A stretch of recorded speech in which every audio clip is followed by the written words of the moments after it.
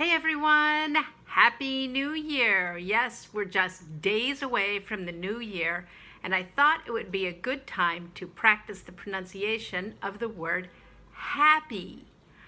Yeah, specifically the ah sound, which requires a certain stretch and open mouth that might be awkward or unnatural for many of you. So let's get going with the practice. First, you'll want to put the tip of your tongue against the bottom and inside of your back teeth.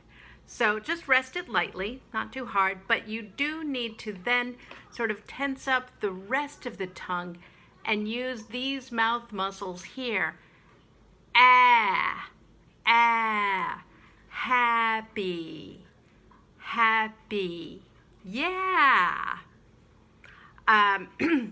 So let's say you put your tongue against the bottom of your teeth and go, ah, you're going to get hoppy, which sounds close, but it's ah, and we want ah.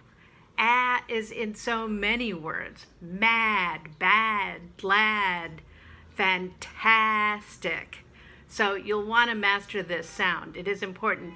And let's say you put your tongue against your teeth and then just raise your tongue like heppy.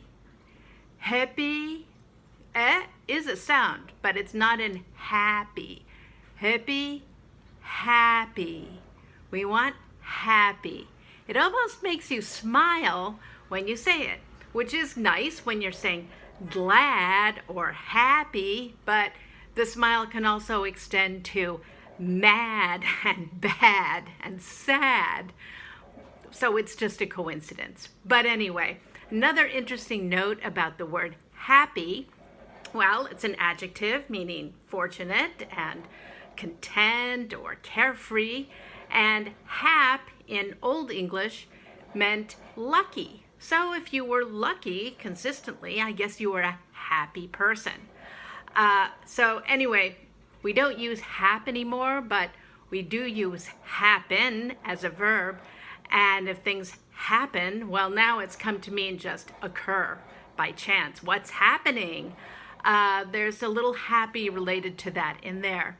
Anyway, but you'll use happy all year round, not just from Happy New Year, but happy birthday, happy Valentine's Day, happy St. Patrick's Day, on up to happy Halloween, happy Thanksgiving. Hey, we're a happy country in general and linguistically speaking. Not bad. So, Happy New Year. Bye-bye.